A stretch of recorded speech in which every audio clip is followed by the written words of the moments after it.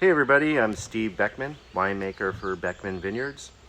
I'm sitting out here today on the deck outside the tasting room on this beautiful Tuesday morning. We finally got some sunshine. I've actually been waiting a couple days to shoot this video, waiting for some sun. The last couple days have been really cloudy. We've had a marine cover layer deck that's been pretty thick and pretty persistent. So I was unable to shoot this on Sunday like I planned, but here we are on Tuesday, shooting it today. This is our first trial at doing any sort of Instagram or Facebook Live, so hopefully it comes off without any glitches, and I'm able to pull it off without any sort of script or anything. But I've been thinking about what to say over the last couple days for this initial video. And I just want to start off by, again, thanking everybody for their continued support of Beckmen Vineyards. It's been pretty outstanding and incredible, the support we've seen through all sorts of different channels from all of you. And I just want you to know that the Beckmen family and all the staff here at Beckmen Vineyards is incredibly appreciative of that support. I thought, since we're going through this, that we need to start communicating with people. Again, normally we have this inflow of people that come into the tasting room, into the winery, that visit us every day. And obviously, since we don't have that anymore, we've been thinking about how we can reach out more to people and communicate with them. And this is really a wonderful platform. I actually had to re-sign up for Facebook. I haven't been on Facebook for the last couple of years. So I had to re-sign up to Facebook and Instagram to get these videos going again. And honestly, up until maybe a couple months ago, or maybe even weeks ago, I was really unsure about what the Facebook Live and Instagram Live platform was all about. But here I am, shooting a video, and thankfully I have my phone propped up today, so I'm not doing a selfie. So I think I'd get really tired if I had to hold my phone that whole time. I just want to get everybody caught up on what's happening out in the vineyard over the last 10 days or so. We've actually had quite a bit of rainfall here in the last 18-20 days. We've had almost 8 inches of rain here, which is pretty incredible. It's been kind of a strange winter. We had about 7 inches of rain in December, and then really no rain in all of January and February and most of March. But as the end of March came around, we started to get some wonderful moisture that come off of the Pacific.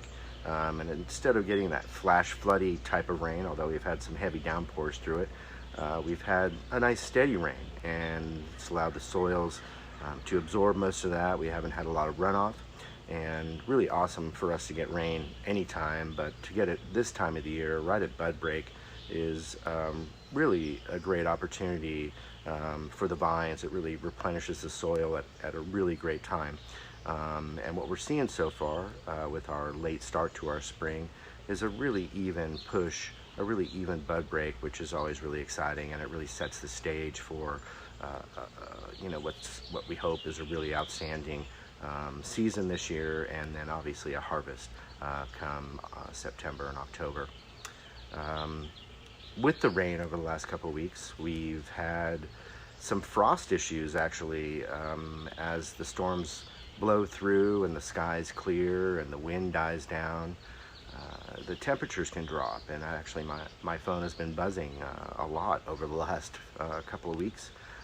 Thankfully we haven't had to turn anything on or haven't seen any damage from the frost, but it keeps me awake mostly in the early mornings. As my phone buzzes, I check the temperatures on the vineyards, and then watch for a little while to see if they continue to drop or they go back up. And with these kind of stormy conditions and clearing, there's still some clouds out there. If we get a little bit of cloud cover, it tends to warm things up a little bit.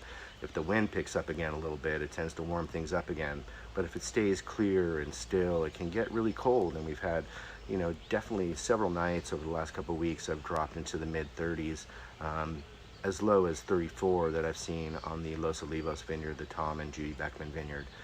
But not quite cold enough and timing-wise enough for me to have to get out of bed and actually turn the sprinklers on. So I've just been watching the weather 4 or 5 in the morning from my bed, just hoping I didn't have to get up and turn them on. The soils are already so saturated. They definitely didn't need any more water at this point, which is what we use for frost control. We use sprinklers, and these sprinklers create this atmosphere around the vines, and even if it gets cold enough, they can actually freeze around and form ice around the green tendrils, and that ice actually protects them from freezing and damage. Our work is continuing in the vineyard after a couple of down days with the rain and wetness. We're back at it. We're mowing again. We're doing more weed control, both with our weeders and with our people, our hoers out there. And we are also starting to do a little bit of shoot thinning this week. We have a couple people working up in the Chardonnay block, which is on the top of Purisima Mountain. And the Chardonnay block is always the block that pushes at first. It's also one of the things that we harvest first every year.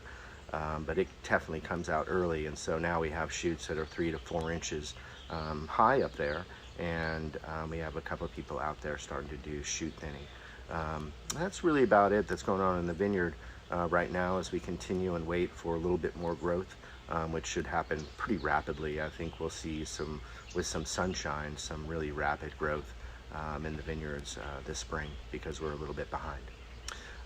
In the winery, we're still continuing to work on our 2019 wines. Typically at the beginning of a month is when we do our testing, when we go through. We still have not quite all of our lots through malolactic fermentation, but we have some lots that are still lagging behind. It's actually mostly the Cabernet off the Tom and Judy Beckmen. So as of this last check, I believe we were down to 4 of we have almost 100 lots of red wine from 2019 that had not quite completed. And then at that time we also check their chemistry just to make sure that everything is going well with them, to make sure that they are still clean. It's amazing how they can change and adjust a little bit as the wines age, but that's pretty typical and normal. At that time we'll also check our sulfur levels in the barrels to make sure that they're at an adequate level, so that they continue to support and to do what they need to do in our wines. And it's also a time that we do topping, and topping is a really important part, as we need to keep our barrels completely full to avoid any sort of oxidation or spoilage. So all that stuff is really takes about, with the amount of wine that we have in the cellar right now, almost a full 7 days for Rory and Abel to complete that work. And all the rest of us have been working, coming up with ways to communicate with you guys and to keep things going here at Beckmen Vineyards. And again, thank you for all the support. This Facebook Live thing is something that we're looking into, and we're actually going to start to do a few things with it. And so I kind of wanted to announce that this morning, that we're going to have some upcoming package boxes. One towards the end of the week and one a couple weeks down the road. The first one's going to be a white wine package, and then we'll set a date towards the end of April, once people have received this package, to where I can get on and do a Facebook Live and kind of talk about those wines specifically in a lot more detail. It's a pretty cool platform. I can see right now I don't have the ability to answer people as they're coming up on the screen and flashing me and giving me words of encouragement, but we definitely will have things set up a little bit greater for that when we do that one. We're also going to do something like that for the wine club release, which is coming up. We actually shipped a part of it to some of the hotter states, as we like to get that out a little bit earlier. But our main club shipment, there'll be an announcement about that later in the week as well, will be happening in the first part of May. And so we'd love to get on and try and get as many people as we can to kind of hook up and communicate and talk to each other about the 5 wines that we'll be releasing with this club shipment. And then following that, depending on how long this lockdown quarantine thing continues, which hopefully it continues until it needs to continue, we're going to be doing some follow-ups and doing some reds. We got a really cool Grenache one planned for later in May, and we'll see where it goes from there. But we're really excited about the potential that this platform gives us. And I feel like, hey, for the first time I haven't done too bad of a job going off the cuff. Haven't been too many ums and stuttering moments. on this first video. Typically those wine ones are going to be a little bit longer than this one. Hopefully there'll be more interaction, and I just want you to know that we would love to have you guys buy the package, but maybe you already have the wines at your house, and if you do have the wines at your house and you want to taste them through with me, we would encourage those of you to who don't want to buy the package to just sit down and get more information and get more education about what we do both in the vineyards and the winery as we make and craft our wines, and the decisions that I make and the crew makes, and what it takes to build these wines and craft these wines, hopefully with a great deal of consistency and high quality that we look for year after year. So I'm going to shut this first live video down now. Again, thank you for your continued support of Beckmen Vineyards. The family here, the Beckmen family, all the staff here are incredibly appreciative of that support, and really has allowed us continue to work and to continue for us to have some sense of normalcy around here, which is something that's difficult to find in these days. So thank you so much, and we'll see you probably next week. Bye.